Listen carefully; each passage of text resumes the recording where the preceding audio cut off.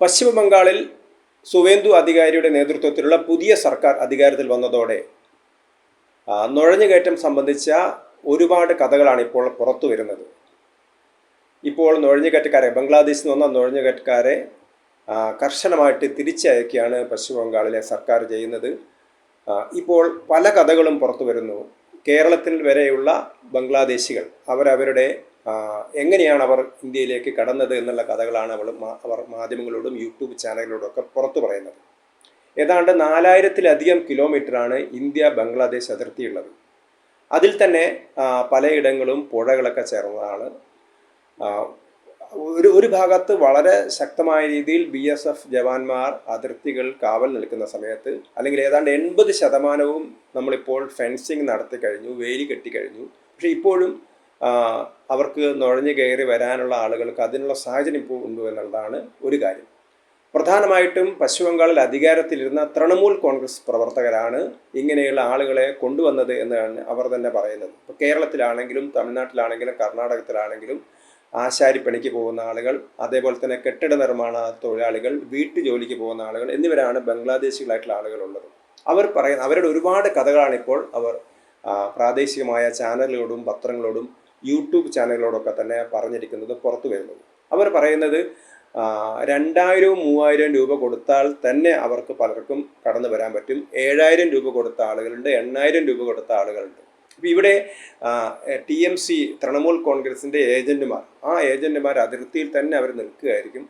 അപ്പം അവർ BSFൻ്റെ പട്രോളിംഗ് എപ്പോഴും വീക്ഷിച്ചുകൊണ്ടേയിരിക്കും. അങ്ങനെ എവിടെയാണോ ഗ്യാപ്പ് കിട്ടുന്നത് ആ ഗ്യാപ്പിലൂടെ ബംഗ്ലാദേശികൾ ഇങ്ങോട്ട് കടത്തുകയാണ് ചെയ്യുന്നത്.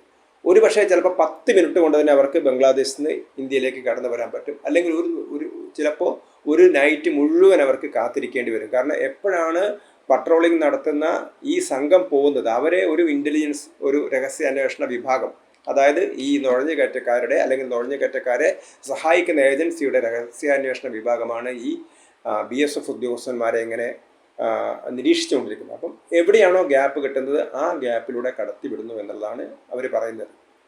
ഈ ബംഗ്ലാദേശിലേക്ക് പശ്ചിമ ബംഗാളിലേക്ക് എത്തിക്കഴിഞ്ഞാൽ തന്നെ, അതായത് ബംഗ്ലാദേശിൽ ഇന്ത്യയിൽ എത്തിക്കഴിഞ്ഞാൽ തന്നെ അവർക്ക് വേണ്ട എല്ലാ സഹായങ്ങളും കൊടുക്കുന്നത് തൃണമൂൽ കോൺഗ്രസ് പ്രവർത്തകരെന്ന് കഴിഞ്ഞ കുറേ വർഷങ്ങളായിട്ട്. കാരണം അവർക്ക് വന്നാൽ തന്നെ വോട്ടർ ID അവരെ ഉൾപ്പെടുത്തുന്നു, അവർക്ക് ആധാർ കാർഡ് ഉണ്ടാക്കി കൊടുക്കുന്നു. ഇങ്ങനെയുള്ള നടപടികളൊക്കെ നടത്തിയത് ഇവരായിരുന്നു.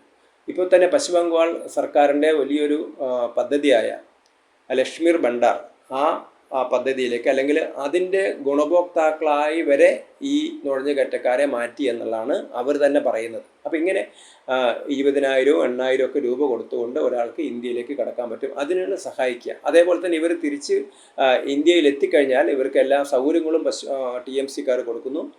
പകരം ഇവർക്ക് ഇലക്ഷനിൽ വോട്ട് ചെയ്യണം എന്നുള്ളതാണ് ഒരു നിബന്ധന. ഇങ്ങനെയാണ് അവർ കേരളത്തിലേക്കും മറ്റ് സംസ്ഥാനങ്ങളിലേക്കൊക്കെ തന്നെ പോയത്. പക്ഷേ ഇപ്പോൾ പുതിയ സർക്കാർ വന്നതോടുകൂടി സ്ഥിതിഗതികൾ വളരെ കർശനമായി. കാരണം ബംഗ്ലാദേശിൽ താമസിക്കുന്ന, ഇപ്പം ഒരു വീട്ടുടമസ്ഥൻ്റെ കീഴിലാണ് അല്ലെങ്കിൽ വാടകയ്ക്കാണ് താമസിക്കുന്നതെങ്കിൽ, അനധികൃതമായിട്ടുള്ള ഒരാൾ, ഒരു വിദേശിയായിട്ടുള്ള ഒരാളാണ് തൻ്റെ വീട്ടിൽ താമസിക്കുന്നതെങ്കിൽ 2 ലക്ഷം രൂപ വരെ ഇപ്പോൾ വീട്ടുടമസ്ഥനിൽ നിന്ന് പിഴ ഈടാക്കാൻ തുടങ്ങി. അതേപോലെ തന്നെ കർശനമായിട്ട് ID-കളൊക്കെ പരിശോധിക്കാൻ തുടങ്ങി. അങ്ങനെ ഇവരെ പറഞ്ഞു വിടും എന്ന് തോന്നിയതോടുകൂടിയാണ് വൻതോതിലുള്ളൊരു ഒഴിഞ്ഞുപോക്ക് ഇപ്പോൾ ബംഗ്ലാദേശിലേക്ക് നടന്നിരിക്കുന്നത്. അതേപോലെ തന്നെ കേന്ദ്രത്തിലെ സർക്കാരാണെങ്കിൽ തന്നെ അതിശക്തമായിട്ടാണ് സംസ്ഥാന സർക്കാരിന് പിന്തുണ നൽകുന്നത്. ഇപ്പോൾ സുവേന്ദു അധികാരി പറഞ്ഞു, നിങ്ങൾ അവരെ കോടതിയിലൊന്നും ഹാജരാക്കേണ്ട കാര്യമില്ല, നിങ്ങൾ നേരെ തന്നെ BSFനോട് പറഞ്ഞ നേരെ തന്നെ ആളുകളൊക്കെ തന്നെ നുഴഞ്ഞുകയറ്റക്കാരൊക്കെ തന്നെ പറഞ്ഞു വിട്ടോളൂ എന്നാണ് പറഞ്ഞിരിക്കുന്നത്. നേരത്തെ നമുക്കറിയാം പശ്ചിമ ബംഗാളിലെ TMCയുടെ ഒരു നേതാവ് തന്നെ ബംഗ്ലാദേശിയായിരുന്നു എന്നാണ് പറയുന്നത്. അപ്പം അവിടുത്തെ കുഴപ്പങ്ങളൊക്കെ അയാളെ പിടികൂടിയ സമയത്താണ് ഇദ്ദേഹം ഇവിടുത്തെ TMCയുടെ വലിയ നേതാവാണെന്ന് മനസ്സിലായത്. അപ്പം അങ്ങനെയുള്ള ഒരുപാട് സംഭവങ്ങൾ പശ്ചിമ ബംഗാളിൽ നടന്നിട്ട്, അപ്പം ദീർഘകാലമായിട്ട്, ഇതിനു മുമ്പ് CPM ആയിരുന്നു ഇങ്ങനെ നുഴഞ്ഞുകയറ്റക്കാരെ സഹായിച്ചത്. അങ്ങനെ ലക്ഷക്കണക്കിന് നുഴഞ്ഞുകയറ്റക്കാരാണ്. അപ്പം നമുക്കറിയാം കേരളത്തിലെ പല സ്ഥലത്തും നമ്മൾ ബാർബർ ഷോപ്പുകളിലാണെങ്കിലും അല്ലെങ്കിൽ മറ്റ് ജോലികൾക്കാണെങ്കിലൊക്കെ തന്നെ നമുക്ക് കാണാൻ കഴിയും ഈ ആളുകൾ.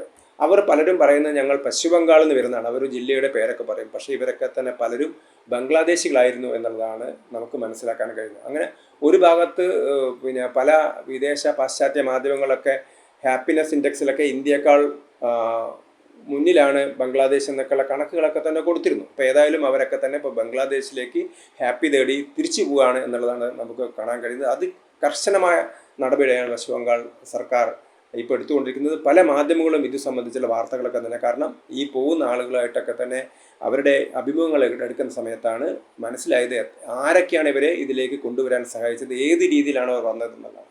ഇപ്പം മറ്റൊരു കാര്യം കേന്ദ്ര സർക്കാർ നിർദ്ദേശിച്ചിരിക്കുന്നത് പോകുന്ന ആളുകളെ, തിരിച്ചു പോകുന്ന ആളുകളുടെ മുഴുവൻ ബയോമെട്രിക് എല്ലാ വിവരങ്ങളും ശേഖരിക്കാൻ പറഞ്ഞിരിക്കുകയാണ്. കാരണം ഇവർ ഇനി എന്തെങ്കിലും കാരണവശാൽ തിരിച്ചു വരികയാണെങ്കിൽ പെട്ടെന്ന് തന്നെ നമുക്ക് ഐഡൻറ്റിഫൈ ചെയ്യാൻ പറ്റും, അവരെ പെട്ടെന്ന് പറഞ്ഞു വിടാൻ കഴിയുന്നത് കൊണ്ട് തന്നെ തിരിച്ചു പോകുന്ന ആളുകളുടെ വിവരങ്ങൾ വരെ ശേഖരിച്ചിരിക്കുന്നു എന്നാണ് പറഞ്ഞത്. അതേപോലെ തന്നെ കേന്ദ്ര സർക്കാർ വളരെ ദ്രുതഗതിയിൽ അതിർത്തിയിൽ വേലി കെട്ടുന്ന നടപടി തുടങ്ങിയിരിക്കുകയാണ്. വേലി കെട്ടുന്നതിനെ ബംഗ്ലാദേശിൽ എതിർക്കുന്നുണ്ട്. പല സ്ഥലത്തും വേലി കെട്ടാൻ വരുന്ന ആളുകൾക്ക് നേരെ BSFന് ഷൂട്ട് ചെയ്യേണ്ടി വന്നിരിക്കുന്നു എന്നുള്ളതാണ് നമുക്ക് കിട്ടുന്ന വിവരം. കേന്ദ്ര സർക്കാർ വളരെ കർശനമായിട്ട് ഈ വക കാര്യങ്ങളിൽ സംസ്ഥാന സർക്കാരിന് കാര്യമായ പിന്തുണ നൽകുന്നുണ്ട്. നേരത്തെ മമതാ ബാനർജി ആയിരുന്നു BSFന് അതിർത്തിയിൽ അവർ വേണ്ട രീതിയിലുള്ള സുരക്ഷാ സംവിധാനങ്ങൾ ഒരുക്കാനുള്ള സ്ഥലം വിട്ടുകൊടുക്കാൻ തയ്യാറായിരുന്നില്ല. എവിടെയൊക്കെയാണോ സ്ഥലം വേണ്ടത് അവിടെയൊക്കെ തന്നെ വിട്ടുകൊടുക്കാൻ പുതിയ സർക്കാരും തീരുമാനിച്ചിരിക്കുന്നു. അതുകൊണ്ട് തന്നെ നമുക്കിനി നമ്മുടെ രാജ്യത്ത് ഏറ്റവും അധികം കുഴപ്പങ്ങൾ ഉണ്ടാക്കിയിരിക്കുന്ന ഈ ബംഗ്ലാദേശി നുഴഞ്ഞുകയറ്റക്കാരെ ആ നുഴഞ്ഞുകയറ്റം പൂർണ്ണമായിട്ട് ഇല്ലാതാക്കും എന്നുള്ള പ്രതീക്ഷയാണ് നമുക്കിപ്പോൾ ഉള്ളത്.